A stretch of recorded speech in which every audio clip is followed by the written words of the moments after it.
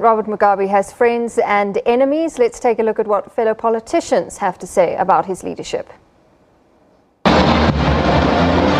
From north to south, respected by some, while others are highly critical of Robert Gabriel Mugabe, the freedom fighter. But for the parties which believe in Pan-Africanism, Mugabe is an outstanding leader who made mistakes like any other leader, although some were very costly. One thing that you cannot take away from President Robert Mugabe is the fact that he's played a monumental role not only in the liberation of Zimbabwe, but in the liberation struggle of many countries around the continent and in the SADC region in particular. I know of leaders that he has supported during the time when his government was still doing the right thing, for example, in Zimbabwe. But the fact of the matter is now he's become one of those leaders who want to die in office, which is very unfortunate. He's turned himself into one of those big men of Africa who think that they are more important than their countries and more important than their continents. I think as he gets ready to celebrate another milestone in his personal life, the message from us young people should be clear. It's time for him to go and retire, so that young people in Zimbabwe can then begin the process of rebuilding that country, so that we as young people who are next in line as leaders can also begin to build networks between these countries in the SADC region and take the development of the SADC region forward.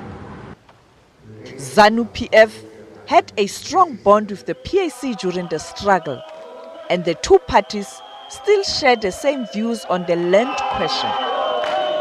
The same with APC and AZAPO.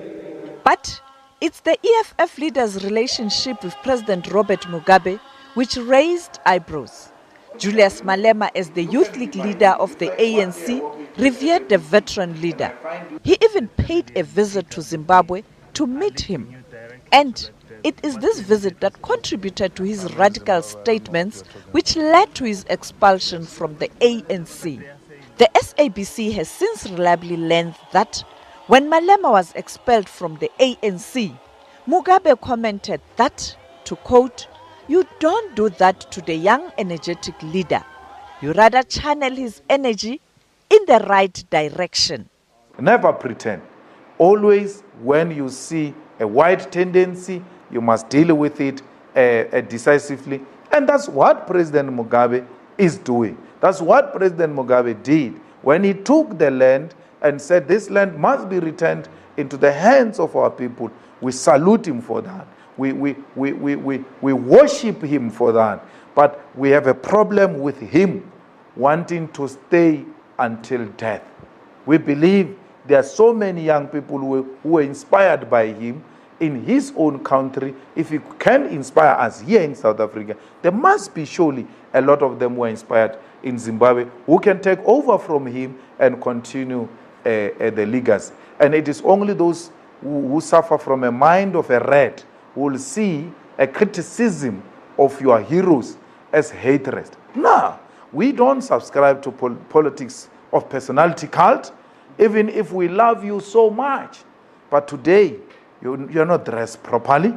We think you could have put in a red color. You're going to look much better. But it doesn't mean that we don't admire your thinking. It doesn't mean that we don't admire your bravery. We don't admire commitment to the revolution. So it is those who subscribe to politics of personality cult who say you cannot criticize those that you worship and So then when you speak about Robert Mugabe and you say that this is his time to go, obviously he's been in power since 1980 if I'm not mistaken. What role do you think then African leaders should be playing in steering what they call presidents for life, steering them in the right direction, that this is not the route to go? What role should the AU be playing as well? They must tell the President Mbeki made a very persuasive argument in the last AU summit that we as peers must have the ability to tell one another that what you are doing is unacceptable. I mean, we knew that when we say President Mugabe should accept that it's time to go, we'll receive a lot of criticism from our own, from ZANU-PF chaps, but it's the right thing to do. There is no any other way of telling the truth. So the AU need courageous leadership which will tell their own peers that this is not right, like they did, like ECOWAS did. So we need more ECOWAS. We need SADC to say to President Mugabe, don't you think it's time to say goodbye?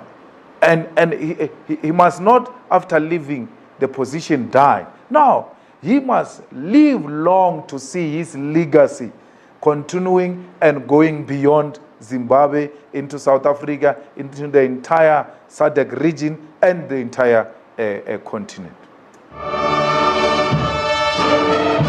Sophie Mukwena, SABC News, Johannesburg.